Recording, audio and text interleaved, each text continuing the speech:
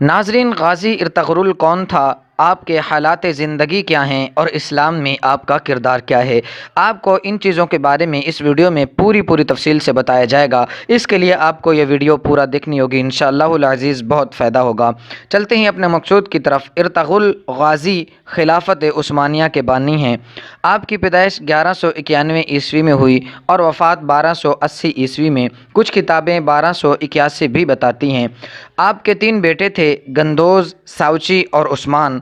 آپ کے تیسرے بیٹے عثمان نے 1291 یعنی کہ اپنے والد ارطغرل کی وفات کے 10 سال بعد خلافت بنائی، اور ارطغرل کے اسی بیٹے عثمان کے نام سے ہی خلافت کا نام خلافت عثمانیہ رکھا گیا، لیکن خلافت کی بنیاد ارطغرل غازی ہی رکھ کر گئے تھے۔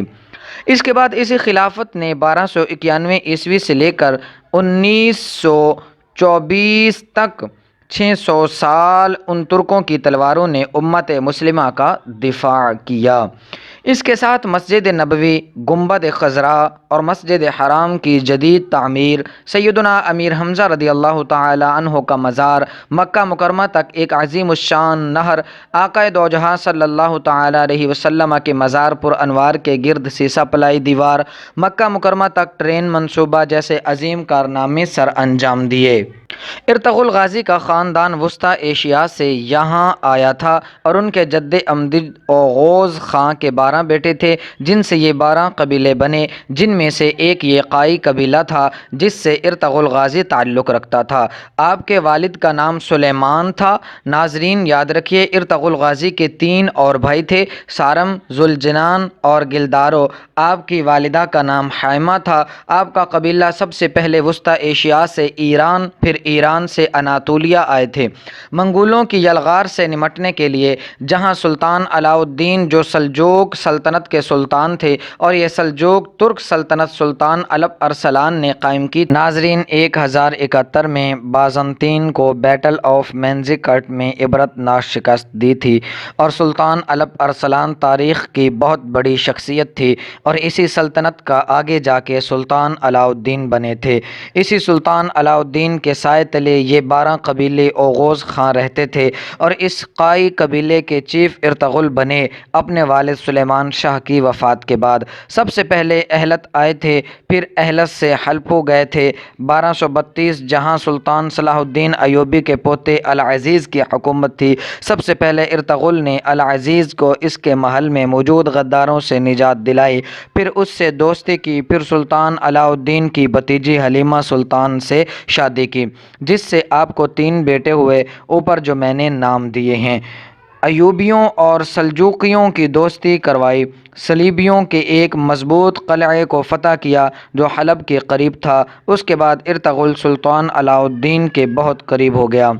ناظرین، اس کے بعد منگولوں کی یلغار قریب ہوئی تو ارطغرل غازی نے منگول کے ایک اہم لیڈر نویان کو شکست دی۔ نویان منگول بادشاہ اوکتائی خان کا رائٹ ہینڈ تھا۔ اوکتائی خان چنگیز خان کا بیٹا تھا، اور اس اوکتائی کا بیٹا ہلاکو خان تھا، جس نے بغداد کو اس قدر روندا تھا کہ بغداد کی گلیاں خون سے بھر گئی تھیں، دریائے فرات سرخ ہو گیا تھا۔ اسی نویان کو شکست ارطغرل نے دی تھی، اور پھر ارطغرل غازی اپنے قبیلے کو لے کے سوغت آئے، بالکل قسطنطنیہ کے قریب، اور پہلے وہاں بازنطین کے ایک اہم قلعے کو فتح کیا، اور یہیں تمام ترک قبیلوں کو اکٹھا کیا، اور سلطان علاء الدین کے بعد آپ کے بیٹے غیاث الدین سلطان بن گئے۔ ان کی بیٹی کے ساتھ ہی عثمان کی شادی ہوئی۔ ایک جنگ میں سلطان غیاث الدین شہید ہو گئے تو عثمان غازی سلطان بن گئے، اور ان کی نسل سے جا کے سلطان محمد فاتح رحمۃ اللہ تعالیٰ تھے،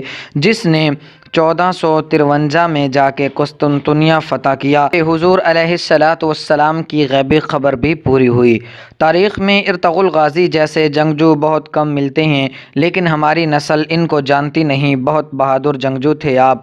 ہر بڑا سے بڑا طاقتور جنگ جو اسلام میں گزرا، اس پہ جس نے کچھ نہ کچھ اسلام کے لیے کیا، اس کا ایک روحانی پہلو ضرور ہے، اس کے پیچھے ایک روحانی شخصیت ضرور ہوتی ہے جس کی ڈیوٹی اللہ پاک نے لگائی ہوتی ہے۔ تاریخ اٹھا لیں، بھلے اسلام کے آغاز سے لے کر اب تک، آج بھی اگر کوئی اسلام کے لیے، امت مسلمان کے لیے کوئی ڈیوٹی کر رہا ہے تو اس کا روحانی پہلو بھی ضرور ہوگا۔ اس جنگجو ارطغرل الغازی کے پیچھے اللہ پاک نے اور حضور علیہ الصلاۃ والسلام کے فیضان سے جس کی ڈیوٹی لگائی تھی وہ شیخ محی الدین ابن العربی رحمۃ اللہ تعالیٰ تھے۔ آپ درجنوں کتب کے مصنف ہیں، اس کے ساتھ آپ نے قرآن پاک کی مایہ ناز تفسیر بھی لکھی، علم کی دنیا کے بادشاہ جانے جاتے تھے اور تصوف میں بھی اپنا ثانی نہیں رکھتے تھے، جو اندلس سے ارطغرل غازی کے روحانی مدد کو پہنچے تھے۔ امام ابن العربی نے ارطغرل غازی کو 2 مرتبہ موت کے منہ سے نکالا اور ہر وقت ارطغرل کے روحانی مددگار ثابت ہوتے رہے۔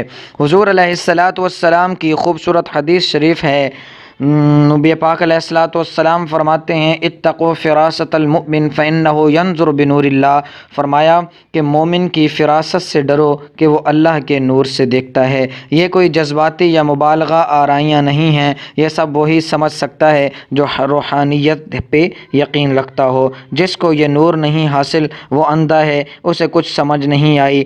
حاضرین، اللہ تبارک و تعالی ارطغرل غازی کا رتبہ بلند فرمائے اور ہزاروں رحمتیں ہوں ان کی قبر پر، آمین بجاہ النبی الکریم الامین۔ ناظرین، اگر آپ حضرت شیخ محی الدین ابن العربی مکی آپ کے بارے میں بھی کچھ معلومات حاصل کرنا چاہتے ہیں تو میں نے ایک ویڈیو بنائی ہے، اس کا لنک میں نے اس ویڈیو کی ڈسکرپشن میں ڈال دیا ہے، آپ اس کو اوپن کریں اور ضرور استفادہ کریں۔ جزاک اللہ خیرا۔